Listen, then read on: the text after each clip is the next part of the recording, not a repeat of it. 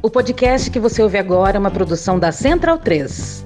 Você gosta dessa porra aqui? Então, se você puder, quiser e der, pinga um no nosso Apoia-se, Patreon, Orelo ou no Pix medoedelirioembrasilha@gmail.com. Faça um Pix. Tá, mas agora bora pra abertura. É a presidente da Petrobras, Magda Chambriard. So, what we want to say to Amapá is, let's drill, baby, drill. Não, brother. Drill, baby, drill. Não. Drill, baby, drill. Não pode, cara. I'm Donald Trump, and I approve this message. We will drill, baby, drill. We will drill new wells offshore and we'll drill them now. We will drill, baby, drill. Drill, baby, drill, and drill now.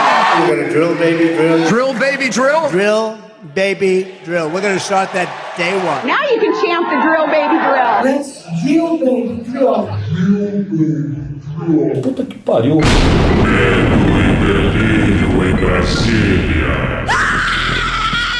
Vocês percebem a loucura? Legal.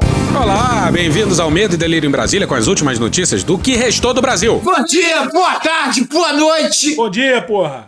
Por enquanto. Eu sou o Cristiano Botafogo. Botafogo é bairro, viu, meu filho? Cristiano, seu lixo. Seu lixo. Seu lixo. Seu lixo. Lixo. Seu lixo. Seu lixo. Calma. Ei, Cristiano. Aquele verme maldito. Cristiano, e aí? E o... Brasília, depressão. Como é que chama, gente, o podcast dos caras? E o Medo e Delírio em Brasília. Medo e delírio em Brasília. Isso. Beijo pra eles. Medo e delírio, hein? É um programa que, pô, mano, meio duvidoso, né, mano? Porra, seu medo e delírio em Brasília, porra. Eu não ouço Medo e Delírio. É escrito por Pedro Daltro. Abraço, Dalton. Meu queridíssimo Pedro Daltro. Um beijo pro Pedro Daltro. Pedro Daltro. Pedro Daltro. Pedro Daltro. Todo mundo sabe quem é. Parabéns a toda a equipe de roteiro. Um beijo pro Pedro Daltro. Pedro pro beijo Daltro. Eu consegui descobrir quem está por trás do Medo e Delírio em Brasília. Eu nem conheço os caras. Esse é o episódio 28 de 2025. Ah, é? Foda-se. Bora passar pano? Não. Tá, mas bora tentar passar um pouquinho menos de raiva? Bora. Ainda sobre a monstruosidade israelense. Tamo de volta, senhoras e senhores, e a parte 2 do episódio sobre Gaza foi brutal, hein? Puta que pariu. E se você não conseguiu ir até o final, tudo bem, é difícil mesmo. Mas se der, tenta ouvir. Vai devagar, vai aos poucos. É cruel pra caralho mesmo. A gente não pode fazer o que o Netanyahu quer, que a gente não consiga se deparar com um tamanho horror. Calma que o episódio de hoje é sobre outras coisas também. Tá todo mundo unido, trabalhando, calma, cara. A semana inteira passada foi dedicada a Gaza. O segundo episódio saiu na sexta. E nessa mesma sexta saiu isso aqui, ó. Matéria não assinada na Al Jazeera no dia 16. Segundo dados compilados pela Al Jazeera, pelo menos 370 palestinos foram mortos em ataques israelenses desde domingo. A violência foi particularmente mortal na segunda metade da semana. Fontes médicas relataram a morte de pelo menos 100 palestinos na sexta-feira e 143 na quinta. Muitas das vítimas eram mulheres e crianças. Este é um dos piores números de mortes em um único dia desde o início da guerra em outubro de 2023.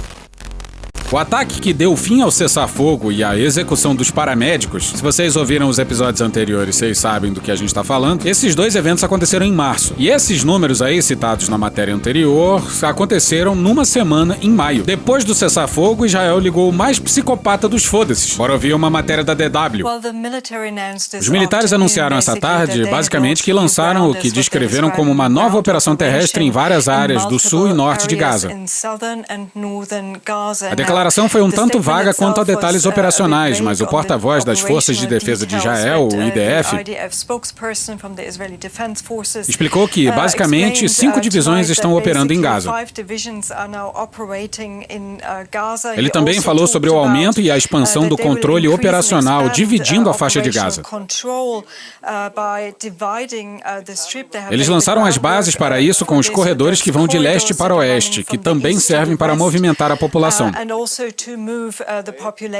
E isso ocorre, é claro, após uma decisão do governo, algumas semanas atrás, de que Israel vai invadir Gaza em certas áreas e manter os territórios, ocupar territórios e deslocar à força a população de lá. É ou não é uma espécie de solução final? E controlar território significa tomar na mão grande e destruir a porra toda. A declaração também diz que, em preparação para isso, a Força Aérea atacou mais de 600 370 alvos, chamados por eles de alvos terroristas, na semana passada. Mas o objetivo é achatar Gaza. A palavra em inglês é flatten. É jogar tanta bomba que toda e qualquer construção que ainda teme em estar em pé seja derrubada. E aí todo mundo que ouse sobreviver em Gaza vai ser enviado para algum país árabe. Olha só o que disse o Trump. Olha, se essas pessoas querem estar no Oriente Médio, elas realmente querem estar no Oriente Médio. Elas amam o Oriente Médio. Eu entendo isso. Tem um espírito pelo Oriente Médio. Elas não precisam ir para a Suécia, para a Alemanha ou esses outros países. Poderiam ficar em casa no Oriente Médio se alguém tivesse tido a inteligência de construir comunidades bonitas. Sabe, 1.900.000 é muita gente, mas não é muita gente, relativamente. Tomar no cu, cara. O Ministério da Saúde de Gaza soltou um documento com 1.000 páginas. Lá estão os mortos do dia 8 de outubro de 23 para cá. As primeiras 18 páginas são de bebês com menos de 1 ano de idade. As primeiras 100 páginas são de crianças com 5 anos ou menos. Aí, o Netanyahu disse que ia liberar uma pequena quantidade de comida, porque não seria possível vencer a guerra com as fotos da fome chocando o mundo. E de Gaza, nesse episódio, é só isso. A medalha que faltava pro Xandão. Maridão de Dona Vivi. Rapidamente a gente precisa confessar uma coisa. A gente falhou miseravelmente, hein? Como nunca antes, nos mais de 5 anos desse podcast. Eles são burros. São meio burros mesmo, né? Era pra sair um episódio sobre a exploração de petróleo na foz do Rio Amazonas. Drill, baby, drill. I'm Donald Trump and I approve this message. Pois é, era, mas... Deu errado. A nossa equipe de roteiro foi abalroada durante a pesquisa pro episódio. Olha que incompetência desse povo. E foi incapaz de, pelo menos por enquanto, conceber um roteiro em relação a esse tema. tem que ser falado. O Pedro, lá todo pimpão, foi atrás de uns historiadores de energia, atrás da discussão sobre transição energética, da problemática das termoelétricas como backup, do ponto máximo que se poderia chegar com fontes renováveis e de produção variável. Viajei tranquilo. Perdi a linha. Se perdeu completamente no pagode. Foi mal, tava doidão. Daí, plena quarta-feira, dia em que normalmente sai episódio, a gente resolveu abraçar a derrota e adiar ainda mais esse devido episódio. E talvez pela primeira vez a culpa não é minha. A culpa é do Pedro, dessa vez. O tema é difícil mesmo. Tem que ser valorizada a ousadia. Mas nesse solitário episódio dessa semana, vamos falar do mais tórrido sonho da extrema-direita brasileira. E vamos começar com um personagem... Difícil. Para tudo que você tá fazendo. Não. Teve gente que não parou. Que merece sua total atenção. Isso aqui é urgente, é breaking news e vai deixar um sorriso no seu rosto. Bolsonaro foi preso, é isso? Mas sim, senhoras e senhores, esse aí é o Deltan do PowerPoint. Os procuradores mais sarcasticamente inteligentes do Brasil. Porra. Uma coisa que dá pra dizer é que o cara tá feliz. É alegria. Porque o secretário de Estado americano, Marco Rubio, confirmou hoje que as punições ao ministro Alexandre de Moraes estão sob análise neste exato momento. Você imagina, o cara era procurador e saiu saído do MPF antes que fosse punido pela sua conduta na Lava Jato. Bastante complicado. Aí o cara virou deputado. Eu acho muito triste. E teve um mandato cassado. Alegria. E tá comemorando que os Estados Unidos vão aplicar sanções sobre um ministro da Justiça brasileira. Complicado. Bom, deve ser o que sobrou pra ele comemorar também, né? Quem faz a pergunta a seguir é o deputado Corey Mills, republicano, claro, e quem responde é o Marco Rubio, que é o secretário de Estado dos Estados Unidos, é tipo o nosso ministro das Relações Exteriores. Eu gostaria de mudar para o Brasil, se eu pudesse, senhor secretário. Como você sabe, há uma deterioração alarmante dos direitos humanos no Brasil. Temos visto a difusão da censura e uma perseguição política sobre toda a oposição, incluindo jornalistas e cidadãos comuns. O que está acontecendo agora é a iminente prisão politicamente motivada do ex-presidente Bolsonaro. Essa repressão se estende para além das fronteiras do Brasil e afeta indivíduos em território americano. Um artigo do Financial Times de 2023 falou sobre isso. O que o senhor pretende fazer? O senhor estaria considerando uma sanção para o ministro da Suprema Corte, Alexandre de Moraes, sob a Lei Global Magnitsky? A pergunta gigante para uma resposta curtinha do Marco de Rubio. Tá sendo analisado agora e há uma grande possibilidade de que aconteça. Valeu, é nóis, tamo junto. O cara que fez a pergunta, basicamente que levantou a bola pro chanceler Marco Rubio, foi o parlamentar Corey Mills, do Partido Republicano, claro. É claro. Enfim, é um maluco da Flórida perguntando uma insanidade pra outro maluco da Flórida. Pra conversar com doido, solto doido. Imagina só, foi só o Bolsonaro. Eu sou favorável à tortura, tu sabe disso. E o Mourão. Coronel Brilhante Ustra. Meu herói. Saírem da presidência, que aconteceu uma Alarmante deterioração violação dos direitos humanos no Brasil. É claro que é uma piada. Qual piada? Não interessa. E olha só, quem respeita os direitos humanos são os republicanos que apoiam as insanidades do Trump. Faz algum sentido pra você isso? Pois bem. O policial foi filmado arremessando um suspeito que já estava rendido de cima do telhado de uma casa. Tinha que ser um prédio. A única coisa boa do Maranhão é o presídio de Pedrinha. 111 morreram. Repito, foi pouco. Realmente a cavalaria brasileira foi muito incompetente. Competente sim, foi a cavalaria norte-americana que dizimou os seus índios no passado. E hoje em dia ele não tem esse problema lá. Que beleza. Olha a propaganda desse Corey Mills durante a campanha eleitoral. Meu nome é Corey Mills, sou veterano do Exército dos Estados Unidos e servi no Iraque e no Afeganistão. Vocês não estão vendo a cena, mas ele tá na frente de um veículo militar, de roupa camuflada, colete e uma arma enorme na mão, capitalizando em cima da boa imagem que as Forças Armadas americanas têm entre os conservadores americanos. Mas é uma puta vibe de pau pequeno, hein? Voltei pra casa e abri uma empresa que produz munição anti-motim para a polícia. Você deve conhecer alguns dos nossos trabalhos. Que beleza. E antes dele dizer, e vocês devem conhecer alguns dos nossos trabalhos, o cara dá uma risadinha. Bota uma dentadura no cu e ri pro caralho. Aí a primeira cena é de um protesto na Carolina do Norte. A legenda diz Hillary Clinton Protesters. Depois aparece cenas de Phoenix e a legenda diz Left Wing Protesters. Aí outra cena em Washington e a legenda diz Antifa Rioters. Olha isso aqui, de junho de 2020.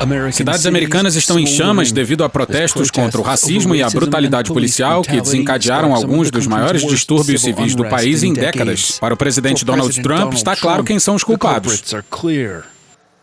A violência e o vandalismo estão sendo perpetrados pelos Antifa e por outros grupos radicais de esquerda que estão aterrorizando os inocentes, destruindo empregos, prejudicando empresas e incendiando prédios. Pro Trump, pode quebrar o Capitólio. Os condenados pelo ataque ao Capitólio, do dia 6 de janeiro de 2021, eles começaram a deixar as prisões depois que Donald Trump concedeu o perdão presidencial. Mas aí uns bancos na rua, quando você tá protestando contra racismo e brutalidade policial, aí não. Aí já passa dos limites. Mensagem do Departamento Jurídico. Medo e delírio não incentiva a depredação de patrimônio público ou privado. Obrigado. Tá, mas voltando pro Corey Mills, pra piorar tem uma cena de Denver. E a legenda diz Black Lives Matter Protesters. E pra terminar, cereja no bolo, na sequência entra uma cena de Filadélfia escrito Radical Left Protesters. E vamos continuar com o anúncio dele. Lembrando que uma das coisas que a empresa dele produz é gás lacrimogêneo. E agora a mídia liberal tá chorando por causa disso. Corey Mills, soldado, conservador, outsider. Meu nome é Corey Mills e eu aprovo essa mensagem, porque se a mídia quer derramar lágrimas de verdade, eu posso ajudá-los com isso. Puta que pariu, Marquinhos. Mas o nome disso é sadismo. E é esse o tipo de maluco que levantou a bola pro Marco Rubio. É a insanidade das sanções americanas em outra dimensão. Bom, essas sanções sempre foram um enorme shit show. Mas sancionar juízes, como o Trump tá fazendo, é o suprassumo da loucura. E o Xandão vai estar em boa companhia, hein? Donald Trump assinou um decreto nesta quinta-feira, 6 de fevereiro, impondo sanções econômicas e de viagem para pessoas que atuam no Tribunal Penal Internacional, o TPI. A ação visa aqueles que trabalham em investigações contra cidadãos ou aliados dos Estados Unidos. O texto acusa a corte de ações ilegítimas e sem fundamento contra o país e o aliado Israel. Pois é, onde já se viu mandar prender o responsável por um genocídio. As sanções coincidem com a visita do primeiro-ministro israelense Benjamin Netanyahu ao Washington, procurado pelo TPI devido à guerra na faixa de Gaza. Durante seu primeiro mandato como presidente dos Estados Unidos, Trump também tomou essa medida e impôs sanções a uma promotora e um de seus principais assessores, que investigavam supostos crimes de guerra cometidos por tropas americanas no Afeganistão. Bom, supostos não, né? É o caralho. Se teve sanção é porque ia ficar muito ruim pros Estados Unidos. As sanções incluem o congelamento de contas bancárias nos Estados Unidos e a revogação de vistos para permanência no país. Grandes merda. E lembrando que Estados Unidos, China, Rússia e Israel, essas grandes democracias, não fazem parte do TPI, do Tribunal Penal Internacional. É muita ironia pra dar conta. Os Estados Unidos comemoraram muito quando o Tribunal Penal Internacional resolveu emitir um mandado de prisão contra o presidente russo Vladimir Putin por supostos crimes de guerra ocorridos na Ucrânia. É uma hipocrisia generalizada. Depois, ainda no mandato do presidente Joe Biden, os americanos reclamaram da mesma ação, ou seja, a emissão de um mandado de prisão contra o primeiro-ministro Benjamin Netanyahu e o ministro da Defesa, então o ministro da Defesa de Israel, por supostos crimes de guerra na faixa de Gaza. Bom, de novo, suposto não, né? Não. Era a medalha que faltava pro Xandão. Ministro cabeça de ovo. Na lista de rivais dele tem Bolsonaro, Elon Musk, e agora periga ele ser sancionado igual o juiz que quer prender o Netanyahu. É papo de emoldurar e colocar na parede. Se as sanções de fato saírem, né? Porque o apoio do Trump em outros países só prejudica a extrema-direita. O grande problema é o seguinte, se você faz uma punição a um ministro da Suprema Corte do Brasil, isso vai ser usado eleitoralmente contra o candidato bolsonarista, não tenha dúvida nenhuma. No mundo inteiro, neste momento, você tem candidatos antitrumpistas ou candidatos que têm vencido acusando Trump de tentativa de intervenção em seus países. No Canadá, houve uma mudança. Os conservadores estavam na frente. O Trump começou com aquela coisa de que ia comprar o Canadá, os liberais ganharam novamente. E isso tem se repetido em vários lugares do mundo. Então, há um receio, inclusive no governo americano, sobre, ok, não gostamos do Lula, isso é claro, mas para ajudar um candidato que é oposto ao Lula, vale a pena, qual que é o tamanho da pernada que pode ser dada, para que também o Lula e determinados setores da sociedade civil não falem, olha a tentativa de intervenção dos Estados Unidos neste processo no Brasil, e isso gerar uma identidade reativa, né? Então, o que acontece? Hoje o Marco Rubio deu um biscoito que vai ser utilizado à exaustão, já está sendo utilizado à exaustão nas redes bolsonaristas, mas neste momento é um biscoito apenas, né? Eu acho que os Estados Unidos devem estar ponderando qual que é a melhor ação para ser tomada para ajudar o bolsonarismo, mas também não, digamos, tentar ajudar tanto que vai acabar ajudando Lula. Eu, sinceramente, fico muito puto. Uma ironia maravilhosa. E não foi só o Canadá, não. Na Austrália, a eleição também virou por causa do Trump. Sem falar que qualquer ataque ao Brasil só vai jogar o país ainda mais no colo da China. China.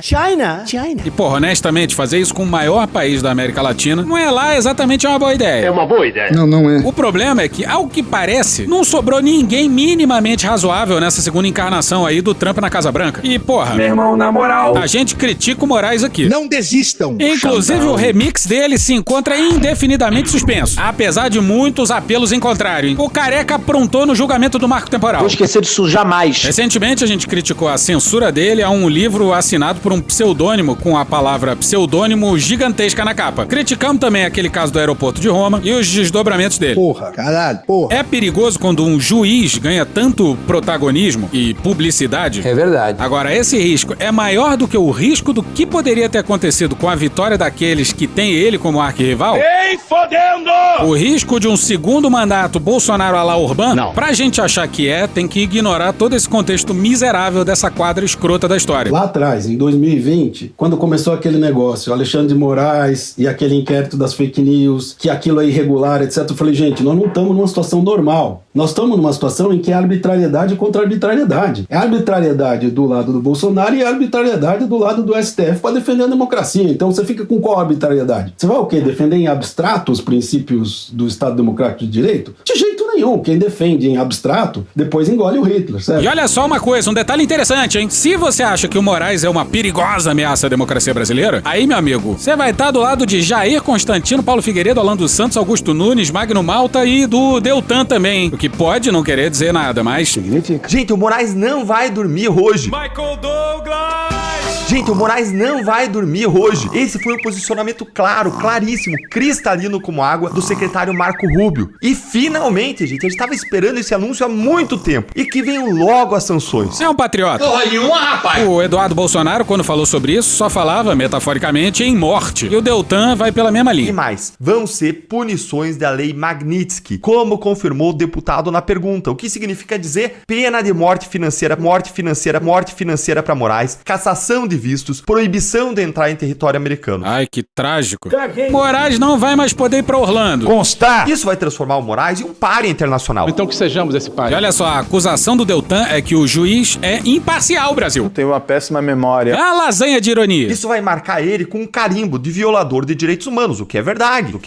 Olha, normalmente quando a pessoa precisa falar o que é verdade, é porque... É mentira. Vocês lembram daquela entrevista ridícula, chapa branca, que o Moraes deu pra revista americana The New Yorker? Não me recordo. Olha aí, denúncia! Olha a denúncia aqui! A New Yorker chapa branca tá comprada pelo PT. Se bobear, o Lula comprou até o Washington Post, pô. Quem é esse tal de Jeff Bezos aí na fila do pão? Sobra dinheiro, mas no segundo turno de 2018 o PT deu calote no hacker. É o PT! Você lembra que o ministro disse quando o jornalista perguntou se ele tinha medo de ser punido pelo Donald Trump? Não me recordo. Você lembra? Não me recordo. Eu lembro. Foda-se. Olha o que o Alexandre de Moraes disse. Ele disse, ele parecia... O jornalista falando do Moraes. Ele parecia despreocupado com a perspectiva de pressão dos Estados Unidos. Aí aspas do Moraes. Eles podem entrar com ações judiciais, podem fazer o Trump falar, disse ele. Se mandarem o porta-aviões, aí veremos. Se o porta-aviões não chegar ao Lago Paranoá, não vai influenciar a decisão aqui no Brasil. Olha, a gente sempre recomenda... Ousadia e alegria! Pelas bandas de cá, mas... Calma, por favor! Que resposta é essa, hein, careca? Não que porta-aviões no Lago Paranoá não seja uma provocação maravilhosa. Na verdade é um sentido um pouco metafórico. Não no sentido literal. Metafórico.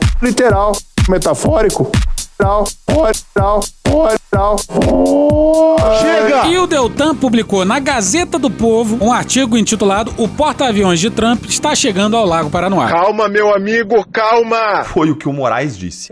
Ministro Alexandre, parece que o porta-aviões de Trump está finalmente chegando ao Lago Paranoá. Será mesmo? Renovou suas esperanças? Deu um calor aí no coração? Não. Pô, que sujeitinho triste que é o Deltan do PowerPoint, hein? O que deve dar calor no coração do cara em pleno 2025 é o Trump emboscando o presidente sul-africano em plena Casa Branca, denunciando o genocídio contra brancos na África do Sul. O Trump denunciando o genocídio contra brancos na África do Sul. Um problema que não existe. O presidente sul-africano estava lá querendo falar sobre economia para melhorar as relações entre os países, e o Trump fez algo parecido com o que ele tinha feito com o Zelensky. Na frente da imprensa, pediu para apagar as luzes e mostrou um vídeo de fake news falando do assunto. Depois ficou mostrando umas impressões de matérias nada a ver também pro cara. Constrangimento é pouco para definir. Aí se vierem as sanções, aí sim é pro Estado brasileiro responder com ousadia e alegria! É pra tipo, a sanção sair e o Lula aparecer no colo do Xi Jinping, mandando o Trump se fuder em mandarim.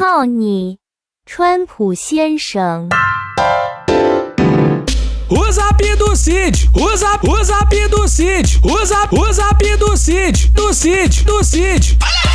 Pois é, vocês devem estar sabendo que rolaram uns depoimentos deliciosos, hein? Teve o Freire Gomes, ou Gomes Freire, depondo pro Xandão. Aliás, sendo lindamente enquadrado pelo Xandão. Moraes rebateu de forma dura. O que é dura? Se mentiu na polícia, tem que dizer que mentiu na polícia. Agora não pode perante ao Supremo. Solicito que, antes de responder, pense bem, porque Vossa Senhoria afirmou na polícia que o depoente e o brigadeiro Batista Júnior afirmaram de forma contundente sua discordância em relação ao conteúdo exposto. Ou o senhor falseou a verdade à polícia, ou o senhor está falseando a verdade aqui, disse Alexandre de Moraes. O ex-comandante negou a mentira. Quem é de verdade sabe quem é de mentira. E depois o ex-comandante da Aeronáutica confirmou que o general Freire Gomes Freire, estava mentindo. Mas a gente não vai falar disso até que o... Cabeça de piroca!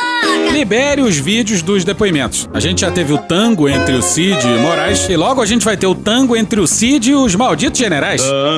Obrigado, meu Deus! Libera essa porra aí logo, Xandão. Caralho. Mas agora sim, vamos falar do zap do Cid. Ainda tem mensagem nova saindo, e nesses últimos dias as mensagens envolveram dois personagens pelos quais a gente nutre grande carinho. É tudo mentira. Essa eu quero ver. Fábio Weingarten, ex-chefe da Secretaria de Comunicação da Presidência e porta-voz de Jair Bolsonaro, que foi demitido pelo PL. Olha que legal! De acordo com a colunista Bela Megali, do Globo, a demissão veio após um pedido da ex-primeira-dama Michele Bolsonaro. Eu tô com raiva dele. Essa decisão foi tomada após o portal UOL revelar uma troca de mensagens, a gente tratou desse assunto aqui Não É da Coisa, entre o ex-ajudante de ordens da presidência Mauro Cid e Weingarten. Nessa conversa de janeiro de 2023, o ex-chefe da SECOM enviou a Cid uma matéria informando que o PL cogitava lançar a ex-primeira-dama como candidata à presidência. O Brasil é do Senhor! Cid, na ocasião, respondeu o seguinte: prefiro Lula. Eu votei no segundo turno Lula. Weingarten, por sua vez, disse idem. Michele virou-se pro Bolsonaro e mandou ele demitir um dos seus aliados mais fiéis, hein? E o Jair não teve dúvida. Alô, Weingarten! Desça daí, seu corno, desça daí! Segundo integrantes do PL, ela não fala com Weingarten já há muitos meses e trabalha há tempos pela sua demissão. Amiga, é babado. Michele deve estar numa alegria danada, hein? Pensa na quantidade de assessores, diminui ministros, tal, que o Bolsonaro detonou ao longo do mandato. Só os generais ele demitiu, acho 11 ou 12. Tratou com humilhação. Errado não tá também, né? Especialmente nesse caso aí. Proibido elogiar general sujeito à paulada. E a gente sempre fala que teve general se vacinando escondido com medo do chefe. Tô meio escondido, né? Porque a orientação era pra não tirar a casa, mas vazou. Não tem vergonha, não. Eu tornei você sincero. Pô, eu como qualquer ser humano, eu quero viver, pô. E se a ciência e a medicina tá dizendo que é a vacina, né, Guedes? Quem sou eu pra me contrapor? Sem falar do desaplaudido Mourão. Boa noite. Que as pessoas no palácio pareciam que tinham alergia a ele. O cara não participava de uma reunião. Aí, por falar nisso... E a experiência, eu tenho certeza, se hoje voltasse, militar...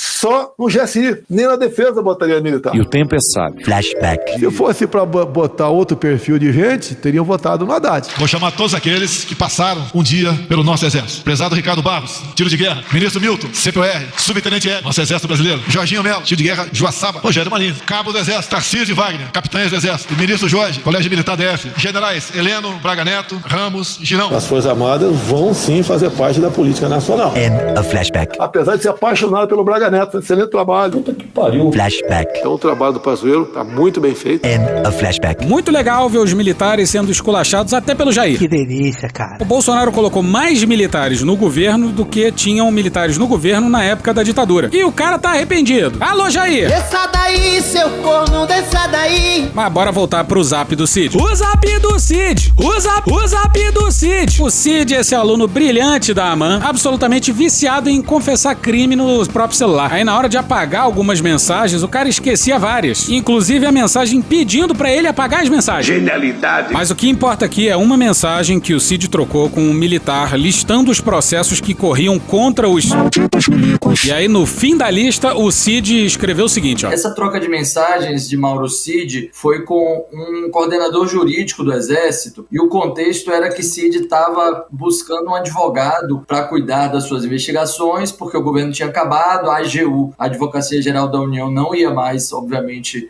dar assistência jurídica a quem trabalhava na cúpula do governo Bolsonaro, porque não cabe à AGU fazer a defesa pessoal, defesa criminal dessas pessoas. O coordenador jurídico do Exército pergunta a Cid quais são as investigações das quais ele era alvo para poder acompanhar, e aí Cid manda essa mensagem citando 6 inquéritos que ele respondia, citando que teve sigilo bancário e telemático quebrado, e citando uma parte das acusações de desinformação, tráfico de influência, rede de financiamento de milícias digitais, que ele comandava, era o chefe político dos atos antidemocráticos, e no final ele dá uma frase muito significativa. Informação passada de forma reservada pelo PGR e pela Vice-Procuradora-Geral da República, Lindora. Caralho! Como dizia o poeta. Ele falava todo dia. Todos os dias. Te amo, te amo, te amo, democracia. Democracia. Eu te amo, eu te amo, eu te amo. Pois é, senhoras e senhores. Informação passada de forma reservada pelo PGR e pela Vice-Procuradora-Geral da República, Lindora. O Cid podia ser discreto, dizer que era uma informação reservada, não oficial. Mas a nossa dupla tão querida foi nominalmente citada pelo ajudante de ordens do Bolsonaro. Confesso, Aras, que foi um amor à primeira vista. Eu te amo, eu te amo, eu te amo. E acredite você, até aqui nem depor o Aras depois. Vai ver, ele não ocupava um cargo tão importante assim. Vai ver, ele nem tinha tanta responsabilidade. Vai tomar no cu, bicho! Eu achei bem interessante, né? Bom dia pro Aguirre, né? E parabéns pela nova matéria, né? Que o contexto, né? A matéria do Aguirre coloca o contexto em que isso acontece, que essa troca de mensagens acontece, que é poucos dias antes de enviar a mensagem, 28 de dezembro de 2022, Cid havia sido incluído no inquérito sob a acusação de ter ajudado Bolsonaro a espalhar informações falsas sobre a relação entre a vacina contra a Covid-19 e o vírus do HIV, né? O vírus que causa a AIDS. Os totalmente vacinados estão desenvolvendo a síndrome de imunodeficiência adquirida muito mais rápido que o previsto. É mentira. Né? Lembram, né? Bolsonaro, durante a pandemia de Covid-19, foi um super spreader de vírus. Devemos, sim, voltar à normalidade. Eficaz dessa máscara quase não. Eu decidi não tomar mais a vacina. A gente pergunta por que o passaporte vacinal? A Anvisa, lamentavelmente, aprovou a vacina para crianças entre 5 e 11 anos de idade. Eu tenho que estar no meio do povo, sem máscara. Porque ele vivia andando por aí, mas também de mentiras sobre a pandemia para empurrar o pessoal para voltar ao trabalho e ele não ter impactos econômicos que prejudicassem a sua reeleição. Tem que trabalhar! Por conta disso, o Brasil teve uma quantidade de mortes muito grande, mais de 700 mil óbitos por Covid-19, né? O ocorrer poderia ter sido muito menor se tivéssemos tido um governante responsável. Presta atenção que é importante, pessoal. E se tivéssemos tido uma Procuradoria-Geral da República atuante que chegasse e limitasse de fato a atuação nefasta que o governo Bolsonaro teve na pandemia. Pra caralho. Pra caralho. Pra caralho. Não só isso não aconteceu, como o próprio Aras passava informação para o faz-tudo de Bolsonaro, Mauro Cid, por baixo do pano. O meu ajudante de ordem, em especial o Cid, que eu tenho 4, é um cara de confiança meu. Né? Tem uma informação interessante, né? Só para resgatar, né? O então Procurador-Geral da República, Augusto Aras, arquivou mais de 70 pedidos de inquérito sobre Bolsonaro. O silêncio diante das ações e omissões dele do governo federal ajudaram, deram liberdade para que o governo cavasse esse cemitério com as 700 mil mortes. É isso aí mesmo. É isso mesmo. O Aras é o macabro abre-alas do desfile do governo militar de Bolsonaro. E antes o problema fosse só o Aras. A sociedade brasileira não pode esquecer dos crimes da pandemia. E a gente não vai parar de falar disso. Chato pra caralho. Moleque. Maldito general apaisana. Se prepara aí porque o tópico é complicado, hein? O que é complicado? Tudo isso aí, né? Bora com o João Pedroso de Campos, na coluna do Guilherme Amado, no Platô BR, no dia 5. O ministro da Defesa, José Múcio, quebrou o protocolo em um evento organizado por João Dória nesta segunda-feira, dia 5, com a presença dos comandantes das Forças Armadas. Começou mal. Que casting, hein? Que personagens? E o... Calça apertada. Calcinha apertada. Calcinha apertada. Calça apertada. Calcinha apertada. Tá de volta, hein? Eu vou convidar agora o ex-prefeito da cidade de São Paulo, ex-governador do estado, co-chairman do líder João Dória, para a sua saudação. Pois é, co-chairman. Co-chairman. Em nome do ministro Luiz Fernando Furlan, nosso chairman of the board. Essa porra é esquete, né? Isto é um esquete. Pior que não é. Em nome também do João Dória Neto, meu filho. E o que fazer quando você descobrir que outra pessoa tem o mesmo nome que o seu, sobrenome? Criatividade. Eu quero fazer uma saudação ao Meu pau em sua mão. ao ministro José Múcio Monteiro. Rapaz, tá certo isso. Errado. Meu amigo de uma vida inteira. Rapaz. Meu amigo de ontem, de hoje, principalmente um amigo do amanhã. Que lindo, cara. Ai. Quero também saudar A mandioca! os comandantes da Marinha, do Exército e da Aeronáutica, Eita porra. que nos honram aqui com a presença, os que patrocinam e apoiam essa iniciativa, estão aqui à mesa. Sentar na mesa. Porra, honra com a presença porra nenhuma. Os caras protegem torturador até hoje. Não só isso, louvam. Até hoje ensinam pros cadetes que a ditadura salvou o Brasil. Ah, honra porra nenhuma. Porra nenhuma. Deixar um abraço também pro meu filho que tá aí na mesa com você, o Felipe. Agora sim, minha gente. Criatividade. E olha só, os 3 comandantes estavam sentados ao lado do Dória, que estava discursando de pé a pouquíssimos metros deles. Aliás, eu quero testemunhar a vocês que se não fosse o ministro Zé Múcio com essas características, Alguns falam com um certo sarcasmo até que o senhor, pela sintonia com as Forças Armadas, é um general sem farda. O que o senhor acha desse apelido? Eu acho o máximo, só porque eu gostaria que dissessem mais, porque todas as vezes que dizem isso, as forças ficam satisfeitas, porque vê em mim uma pessoa que trabalha por ele. Um dia desses, um competente deputado do PT disse isso num discurso que eu era, na realidade, um ministro das forças, não do governo junto às forças. Você não pode imaginar como isso me fez bem junto às forças. Olha a merda aí! Se não fosse o ministro Zé Múcio com essas características, certamente ao longo desses 2 anos e 4 meses cumpridos como ministro da Defesa, seguramente nós não teríamos tido, ao longo deste período, Não quero ver, não. um comportamento pacificador das Forças Armadas, integradora das Forças Armadas, cumprindo o papel que lhes foi destinado pela Constituição brasileira. Tá de sacanagem. Ele disse isso mesmo? Foi o que ele disse. Bom, comprando o argumento pelo valor de face, se não fosse o Múcio, o Exército ia fazer o quê, hein? Poder moderador.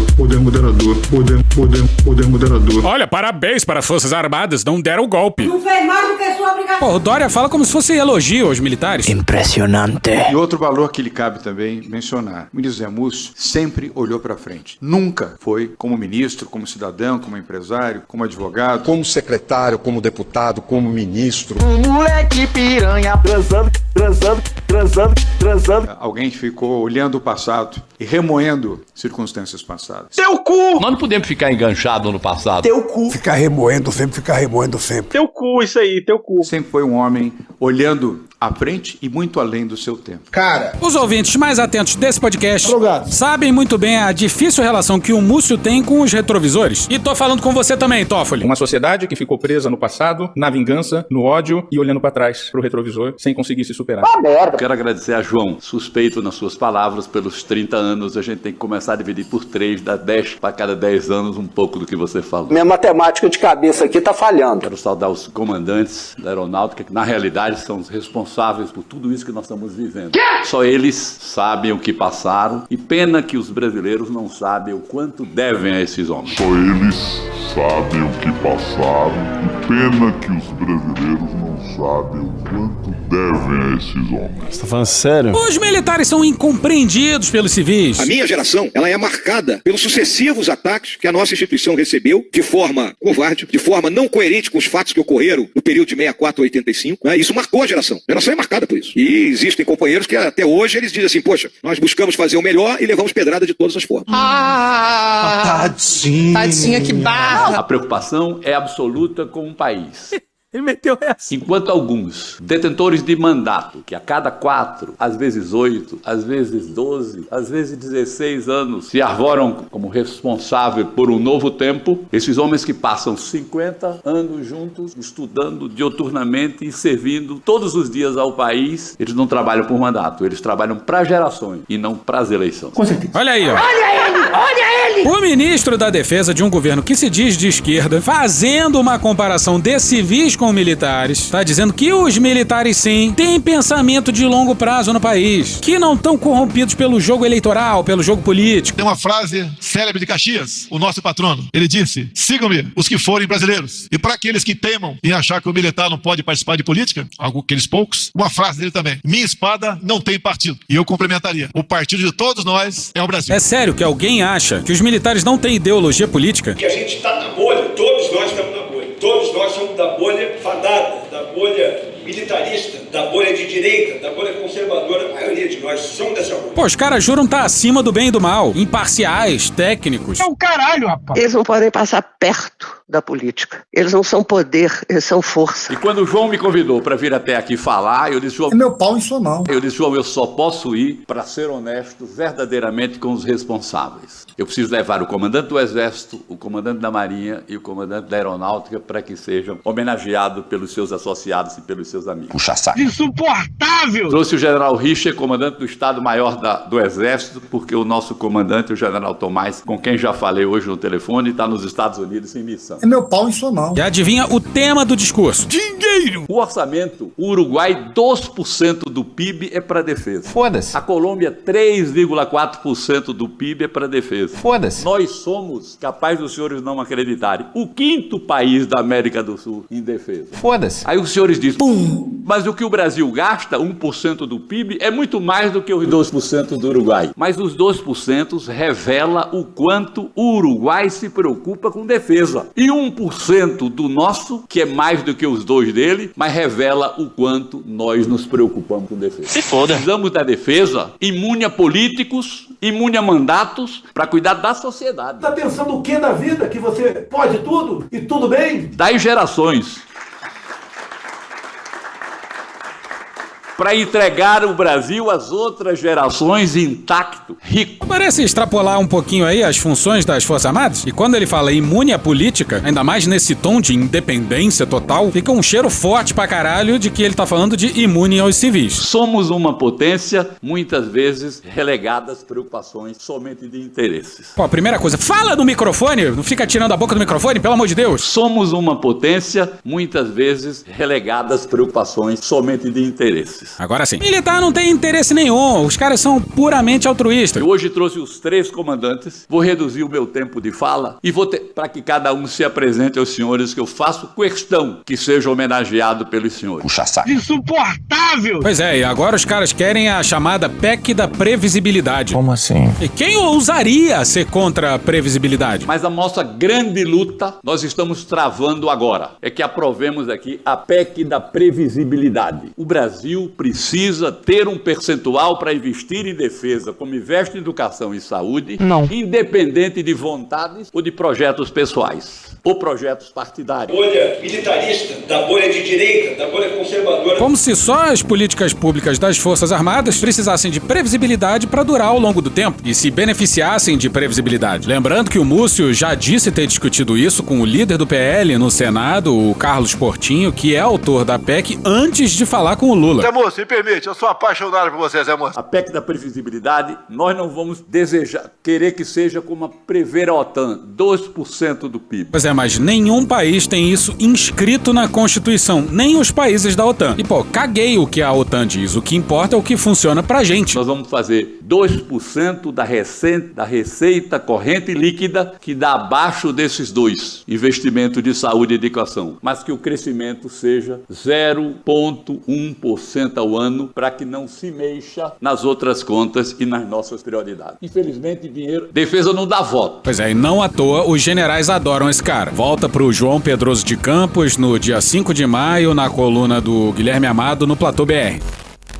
Primeiro a discursar, Múcio encerrou sua fala e interrompeu o mestre de cerimônias que chamaria os comandantes a sucederem-no ao microfone. O ministro fez questão de ele próprio anunciar os discursos dos militares, um a um. Tá certo isso? Não.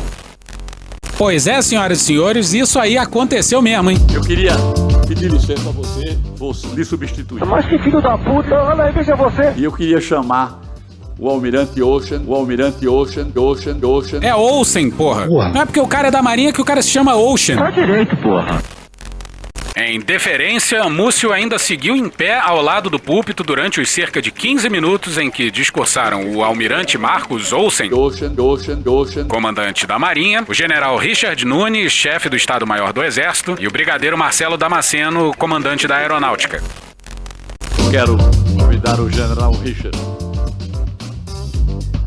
Porra. Se bobear, o Múcio serviu até água pros comandantes. Um banquete e um copo d'água não se nega a ninguém. Ministro das forças, não do governo junto às forças. Ah, presidente, tá aqui aquela manteiguinha de garrafa que o senhor tanto gosta. O senhor é maravilhoso. A questão que já foi bem discutida aqui pelos meus antecessores, da previsibilidade orçamentária, para nós hoje é essencial. O Exército Brasileiro, a história do Exército confunde com a própria história do país. Ah, não, de novo não! De novo não!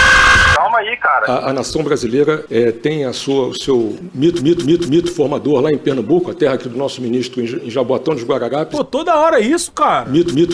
Isso mostra que sempre tivemos juntos com a sociedade brasileira em todos os momentos. No início de 1964, assim era o dia a dia. Agitação, desordem, intranquilidade.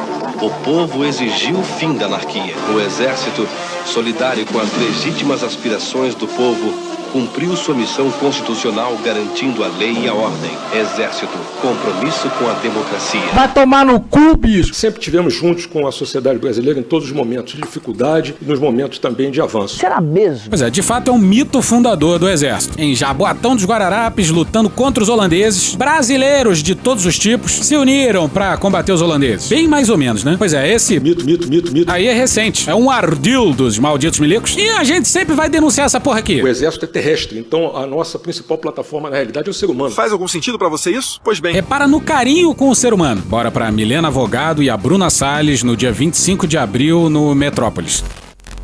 O soldado de 19 anos que denuncia ter sofrido agressões em um quartel do Exército em Barueri, na Grande São Paulo, relatou ter perdido o movimento das pernas. Caralho! Ao Metrópolis, Valdir de Oliveira Franco Filho afirmou que não consegue mais andar e que continua vomitando sangue mesmo 1 mês e meio após a tortura, que ocorreu em 10 de março.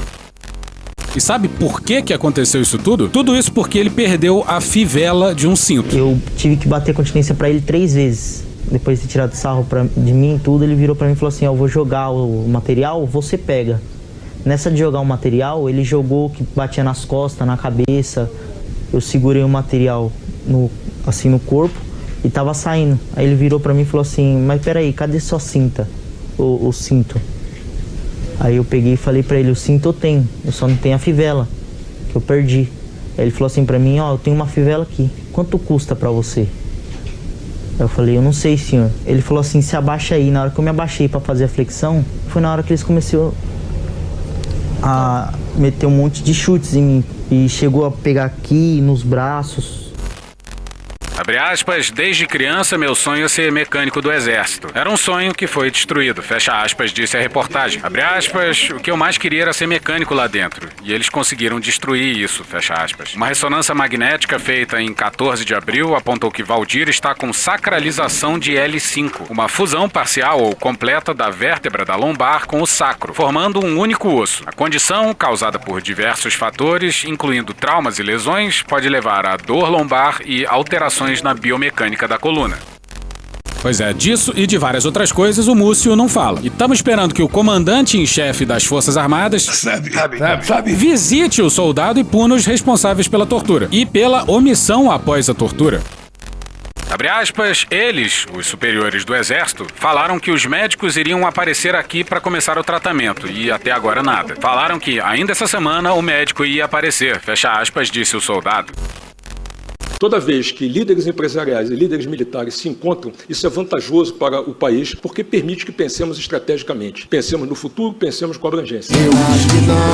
Olha, estamos pensando aqui, quando os militares e os empresários se encontraram para pensar no futuro do país, não deu muito certo não, hein? Nos momentos em que surge uma possibilidade de passar o Brasil a limpo, de dar uma virada, a direita se articula toda e impede que isso seja feito. Isso sistematicamente. Não é jogar toda a culpa nos militares. Os militares foram instrumentos de uma classe dominante infecunda. Não há lugar para fazer um país melhor, mas tem uma classe dominante ruim, ranzinza, azeda, medíocre, cobiçosa, que não deixa o país ir para frente. Brigadeiro Damasceno, comandante das nossas forças aéreas. E eis a última frase do comandante. Ratifico aqui novamente, tudo que foi falado do ministro Múcio tem sido aí um baluarte, né, um grande catalisador de tudo de bom que nós temos feito e a gente deve muito a esse homem. Get a room, you two! Hey, fun boys, get a room! Obrigado ao ministro Zé Múcio. Aliás, eu queria chamar a atenção das senhoras e senhores aqui, quer dizer, para esse privilégio, né, que além de termos essa importante fala do ministro, temos a palavra dos 3 chefes das Forças Armadas brasileiras. Eu acho que é algo raro, se não inédito, em um evento público brasileiro. E isso mostra um pouco, creio, a força dessa nossa democracia que evolui e amadurece. Acabou. Já tá desvirtuando já. Aí abriram para perguntas e... Queria parabenizar aqui o ministro e também os comandantes pelo brilhante speech.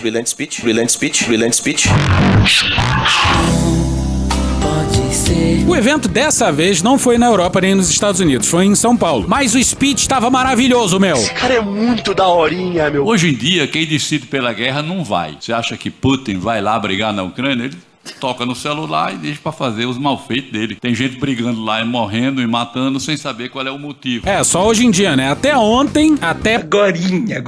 os líderes mundiais iam pra linha de frente e sair na mão. Não mete essa não. E, infelizmente, teve tempo pra uma última pergunta. Sobre as escolas militares, se elas podem ter maior ênfase em todos os estados brasileiros, haja vista serem mais eficientes. Não é verdade. Isso não é verdade. Não é verdade. Isso não é verdade. Serem mais eficientes e meritórias de ensino, adicionando estudos dos problemas brasileiros. Nós tivemos aqui uma aula de bom senso, de equilíbrio e uma aula de pacificação. É meu pau em sua mão. Então, uma grande lição de democracia, de bom senso e de equilíbrio, ministro. Parabéns. Uma grande masturbação alheia coletiva. Exército Brasileiro. Braço forte, mão amiga, punheta para todo mundo. Quem inventou isso, acho que foi o Pedro Daltro, lá do Medo Delírio em Brasília. É verdade. Eu queria agradecer aos senhores.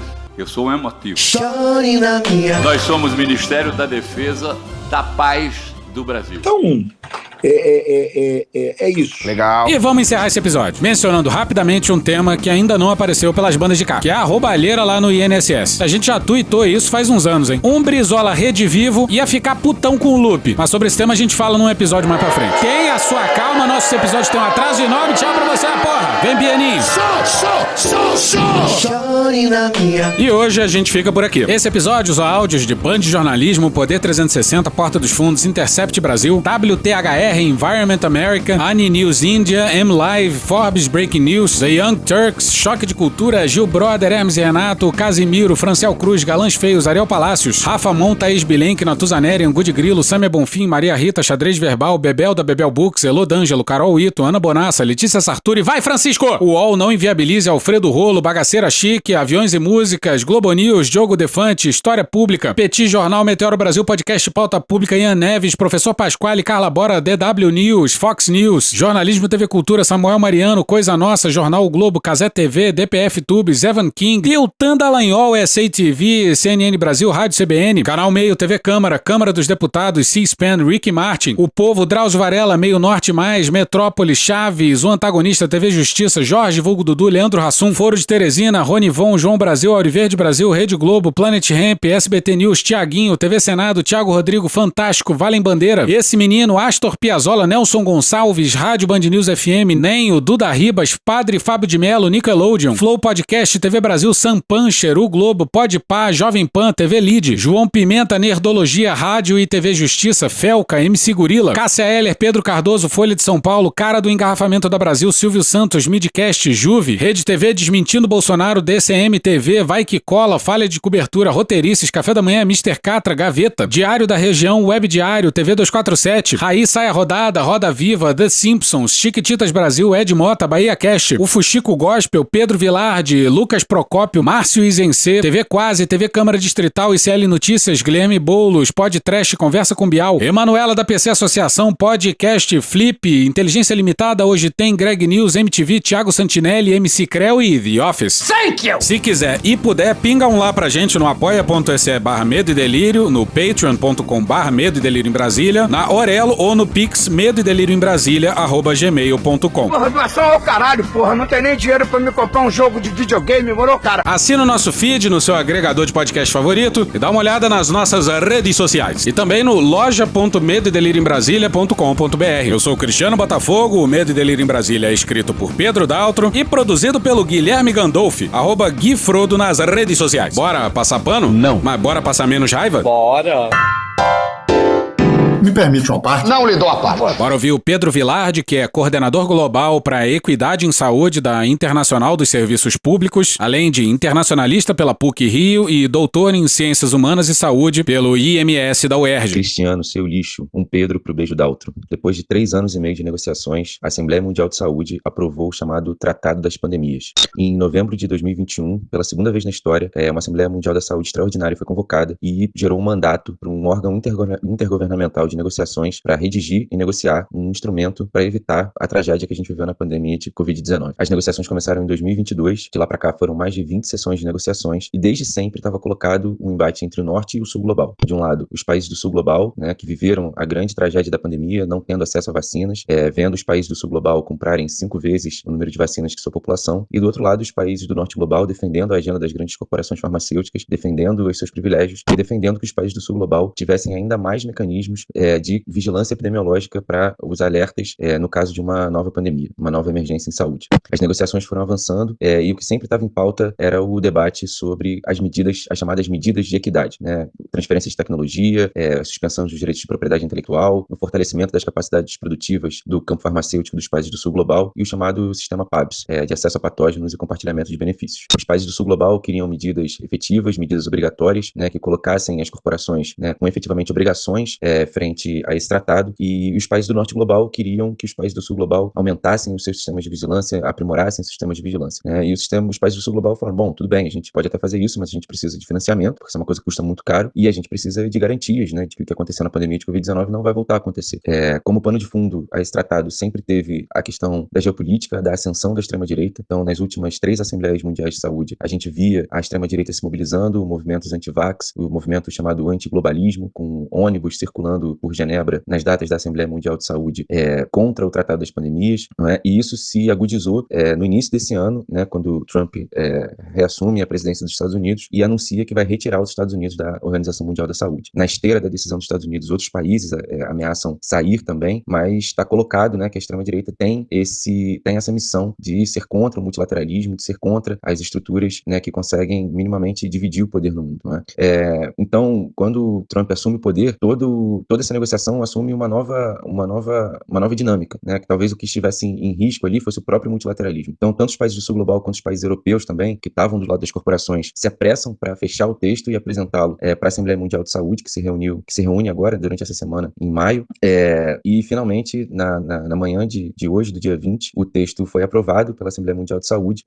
com apenas poucas abstenções. Um abraço, Cristiano, um abraço, Pedro, parabéns pelo podcast. Acabou? Não. Fala pessoal, tudo certo? Eu sou o Lucas, sou estudante universitário, sou diabético tipo 1. Bem, primeiramente quero estar agradecendo ao pessoal do Medo e Delírio pelo espaço para poder estar falando sobre algo urgente e de suma importância, que é a derrubada do veto ao PL 2687 de 2022. Resumidamente aqui, esse projeto ele busca estar incluindo diabetes tipo 1 no Estatuto da Pessoa com Deficiência, garantindo então mais dignidade, inclusão e segurança jurídica para dezenas de milhares de brasileiros. Para quem não lembra muito bem do colégio, o diabetes tipo 1 é uma doença autoimune, em que o corpo ataca as células que produzem insulina, e então a gente simplesmente para de estar produzindo esse hormônio. Antes da descoberta da insulina, inclusive, há pouco mais de 100 anos, o diagnóstico era uma sentença de morte. Hoje, por meio da insulinoterapia, ou seja, por meio da aplicação direta de insulina, a gente consegue estar vivendo bem, levando as atividades do dia a dia. Agora, já sobre o PL foi aprovado na Câmara, foi aprovado por unanimidade no Senado, com apoio de diversas entidades, como a Sociedade Brasileira de Diabetes, mas foi vetado pelo governo no início desse ano. Esse PL ele busca estar garantindo acesso a direitos básicos, como melhor acesso dos diabéticos tipo 1 a insumos, mais visibilidade para essa condição e uma maior inclusão dos diabéticos nas políticas públicas. Essa medida já existe em diversos países, como Canadá, Reino Unido e Espanha. Então, isso aqui não é um pedido pessoal, mas é um apelo coletivo, que se você puder, por favor, pressione seus deputados, pressione seus senadores e vamos juntos estar derrubando o veto 4 de 2025 e estar aprovando o PL 2687 de 2022. Um forte abraço.